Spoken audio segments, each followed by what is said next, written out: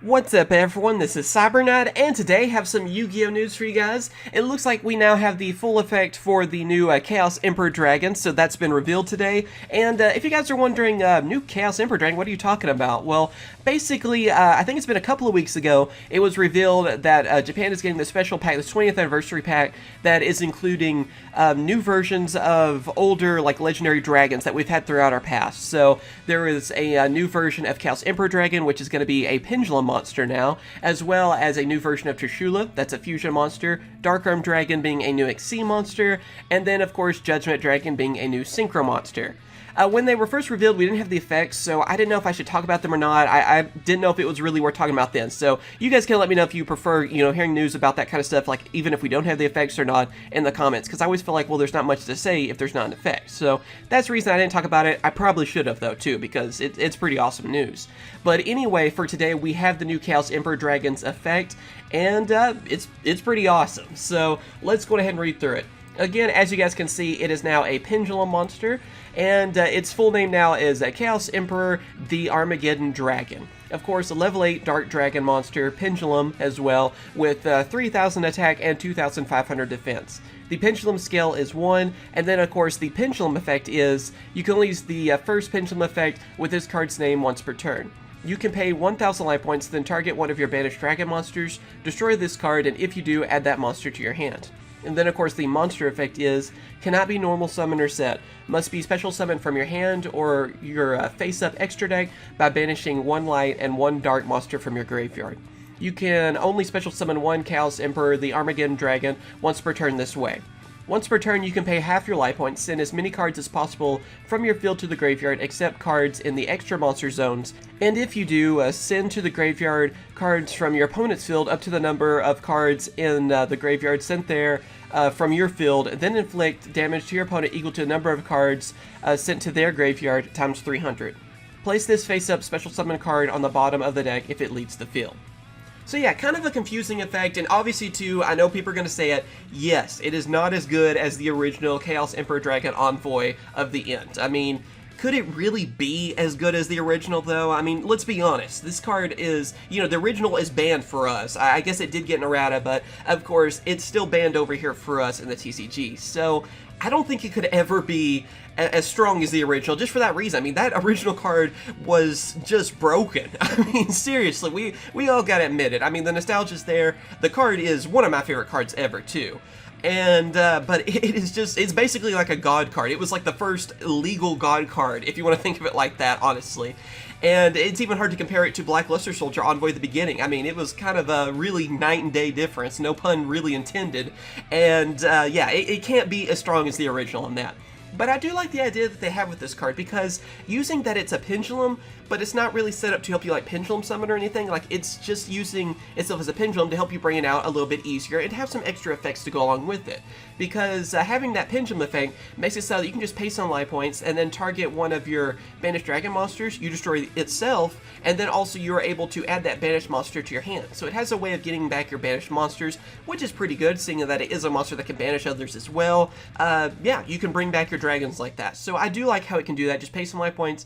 There you go. You can return one of your dragons, which that's a pretty good effect. And then of course, now talking about the monster effect, yeah, you guys can tell it's pretty much a watered down version of the original Chaos Emperor Dragon, because first off, you're paying half your life points. So not 1,000 life points, half of them this time. Also, too, you're sending as many cards as possible from your field to the graveyard, and then your opponent has to send that many cards as well.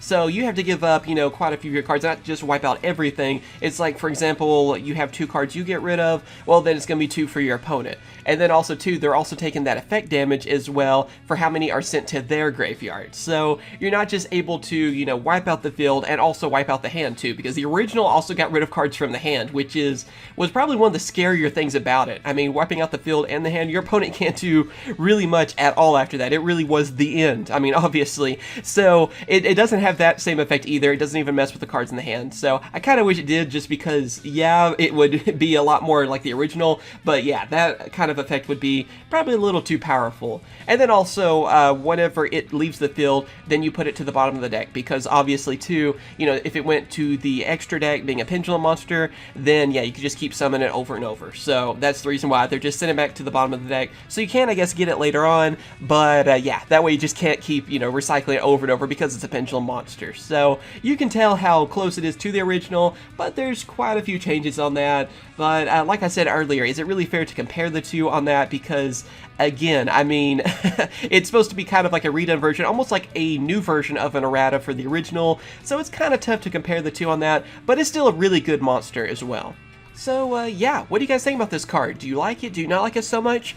For me, I think it's a really good monster. I mean, it's not a bad card at all. It's just hard whenever you compare it to the original on that. That's really the big flaw with this. Yeah, it's not near as strong because of that, but also, too, it is kind of supposed to be an anniversary card, a little bit more of a collectible card thing, and it really does remind me of, like, what happened to Blackluster Soldier, the Twilight version of it. That was also a card like this that came out in a special pack for Japan. We got as a you know, as a Shonen Jump promo, where everyone thought it was going to be, you know, so much more powerful than the original, and it's tough to really beat the original on that card either. And it kind of seems like the same thing that's happening with Chaos Emperor Dragon. I mean, can you really make one strong in the original? If you did, it would be instantly banned. I mean, honestly, if it had the same effect as the original one right now, it would just instantly go to the ban list, or it would have that on there where it can't be used in a duel. It'd be more of a collector card then. So I am glad they changed up a little bit because we can actually use this card, but also too, it, you know, it is kind of one of those bittersweet sort of things too. So let me know what you guys think about this card. Do you like it? Do you not like it so much? Do you plan on using it?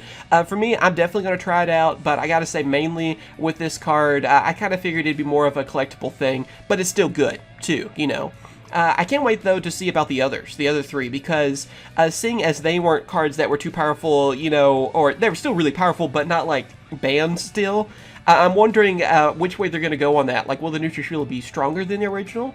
You know, same with, you know, Dark Armed Dragon and Judgment Dragon. I can't wait to see. Hopefully they're at least on the same level or something like that, too. So let me know if you guys have any ideas on what, you know, those new effects might be for those. And also let me know, of course, if you still want me to talk about cards when we don't have the effect. Like, should we kind of speculate on those videos? Like I said, I don't know if I should do that or not. I feel like, you know, people want to know the effect, and that's what they mainly care about.